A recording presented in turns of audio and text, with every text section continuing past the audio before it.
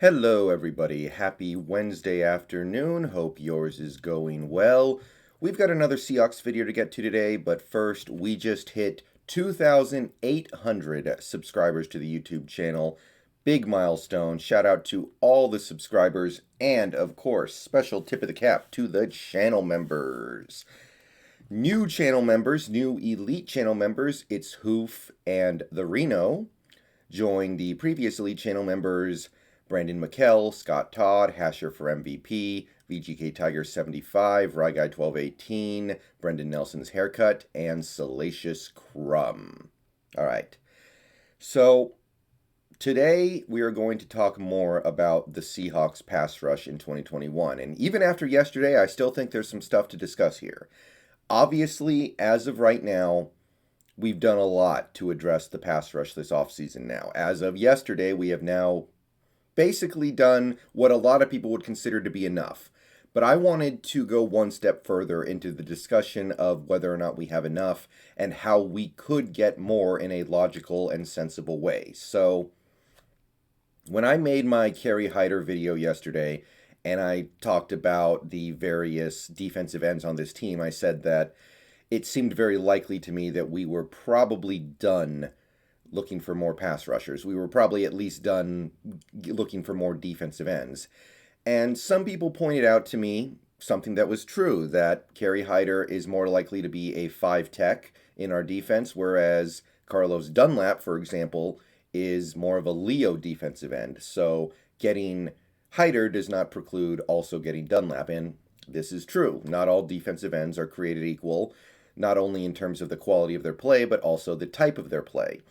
Kerry Hyder and Carlos Dunlap are certainly very different players. However, looking at our defensive end depth chart in a more broad sense, I think there's a little bit of a bottleneck when it comes to acquiring another one. So let's take a look here so we can go into what I'm talking about. As of right now, the Seattle Seahawks have 6 defensive ends on their roster who demand playing time for one reason or another. We have Benson Mayowa and Kerry Hyder, who obviously demand playing time because we just signed them. Why would we just sign them if not to play them? And I know Benson Mayowa came pretty cheap, and Kerry Hyder came pretty cheap as well, but why would you sign them just to have them sit on the bench, especially when you know that these guys can play good football? Mayowa had a pretty good season last year, and Kerry Hyder had a very good one. So I have to believe both those guys are due some amount of playing time, some amount of snaps over the course of the season. Then you have Rasheem Green, who is entering his final year under his current contract, and we don't really know how good he is yet. We have some idea that he's at least okay, but if he's more than that, we haven't seen enough evidence of it yet. We've seen flashes of it. So from a Seahawks fan perspective, and from a business perspective, I want to see what this guy can do so we can find out if we need to keep him around after 2021. And the only way to do that will be to let him play. And you guys may know that I predicted that Rasheem Green was going to be a breakout star for us last year. May have happened were it not for him getting hurt, but we still need to find out if Rasheem Green is legit or not. Then you have LJ Collier, who is entering sort of his make or break year, I think. His rookie year was a punt because he barely played because he wasn't healthy for the preseason and training camp. Last year, he did show some signs of being able to at least belong on a football field, but this third year for LJ Collier is kind of where he proves what his ceiling as a player might be, and the only way we're going to find out what that might be is by continuing to play him, so he needs snaps. Then you have Alton Robinson, who excelled in very limited snaps last year. I think he had less than 400, and he had 4 sacks. He had, I think, double-digit QB pressures. He had a good season, so it seems a little silly to find a potential late-round gem like Alton Robinson and then just shelve him the very next year after he surprises you as a rookie. So Alton Robinson needs a chance to play. And then, of course, you have Darrell Taylor, who obviously needs snaps because you used your second-round pick on him. You obviously like him. I like him. And last year, he didn't get to play at all. So we need to start finding out if he's good or not. So all 6 of these defensive ends And they're different types of players. Like, as I alluded to earlier, some of them play the 5 tech, some of them play the Leo. But stepping back from that a little bit and taking a look at this as just, we have 6 defensive ends we need to divide playing time up amongst, we're kind of full. And adding another one probably isn't going to help that much. So, what can we do to alleviate this? Let's talk about that. Let's say you still want to add Carlos Dunlap, or maybe you want to add Jadeveon Clowney, or Aldon Smith, whoever it may be. Let's say you want to do that. What is a potential solution to freeing up some playing time for a guy like Dunlap? Because you're not going to bring in Dunlap to play 15 snaps a game. So here's one thing this team can do that I discussed a little bit in stream last night, and I feel like would make an awful lot of sense in terms of making this team better and making our pass rush more deadly. So here's my 3-step plan to unlock the maximum potential of the Seahawks pass rush in 2021. Step number 1.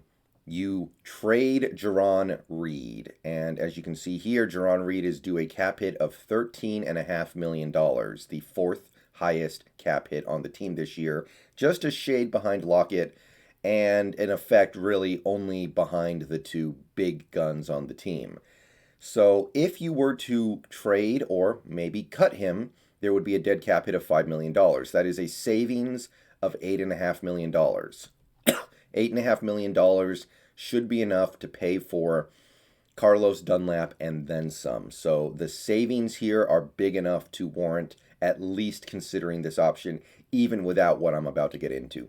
Frankly, I would have moved on from Jarran Reed this offseason regardless of what I'm about to get into. He's a good player, but he's not a killer. He's not somebody who can do things on his own, and I believe that he is replaceable. And I believe the Seahawks have a player or two in roster already who are capable of replacing him. So call up the Las Vegas Raiders and say, hey, we just sent you a 5th-round pick for Gabe Jackson. How about your 5th-round pick for Jarran Reed? He's a good defensive tackle, and if you pair him up with a good pass rusher on the edge, which I know the Raiders have, then you're going to really have something.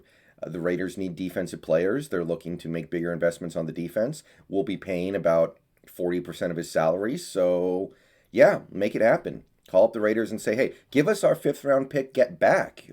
That too, that could work as well. So, step 1, trade Jarran Reed to a team like the Raiders, or really any team that needs a defensive tackle. I think you would get about a 5th-round pick if you were smart and you shopped around and got a couple teams maybe bidding against each other. So, trade Jarran Reed. Step 2. Move LJ Collier to defensive tackle. And if you take a look at LJ Collier's body type, you'll notice something. So LJ Collier currently considered a defensive end in the NFL. He is 6'2" and 291 pounds. That is big for a defensive end in the NFL. Most defensive ends are not this heavy. Most defensive ends tend to come in closer to like 270, 275. So he's already got a leg up on the competition in terms of his weight. And if you go over to Jarran Reed's page, you'll see that he's an inch taller and 15 pounds heavier. That is not that much. If LJ Collier is instructed, hey, go gain 10 pounds of muscle this offseason, he should be able to do it. So just tell LJ Collier to pick up maybe 10 pounds of muscle this offseason. That should be entirely doable, and I'm not asking him to take steroids or anything like that, but the difference in body type between these two players is not that big, and this tells me that it is entirely reasonable for LJ Collier to move from defensive end to defensive tackle and be effective. I don't have any numbers right now to back this up because I cannot find them, but it seemed to me that LJ Collier had many of his most effective snaps and some of his best plays lining up on the inside in 2020. So this makes a lot of sense to me. And step number 3, bring back Carlos Dunlap. And with those 3 moves, you have saved $8.5 million.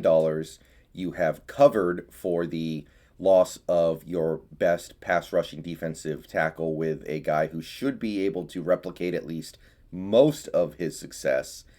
And you've brought in a pass rusher number one who should be very good in this defense now because he'll be surrounded by other credible pass rushers. So if we do all these three things, you should be looking at one of the better pass rushes in the NFL in 2021.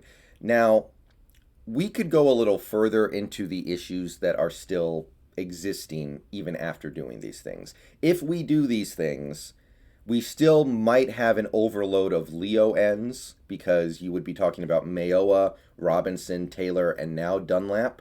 So most of our defensive ends in this scenario would be Leos, but that should be something that this team is willing to work through. That should be something that this team is capable of working with and turning it into a strength instead of a weakness. So that is what I would do to polish up this offseason and turn what has been a very good offseason into a great one. Move LJ Collier to tackle, trade Jarran Reed, and then bring me Carlos Dunlap to round out the edge pass rush on this team. Now, as for dealing with the Leo issue, that is something I may discuss in a future video, but just to give you guys a little preview of how that might be addressed, Bruce Irvin just retired, so the Seahawks may be looking for another Sam linebacker going into 2021, and Darrell Taylor has a skill set that may lend itself to playing at least some snaps at linebacker, but I'm going to get into that later. Peace out. Go Hawks. It's been a pretty good offseason. We've done a lot of interesting things, but where I'm sitting right now, I think it would be a pretty good idea to at least consider moving a couple of your players around and trying to unlock their full potential. All right, see you guys later tonight.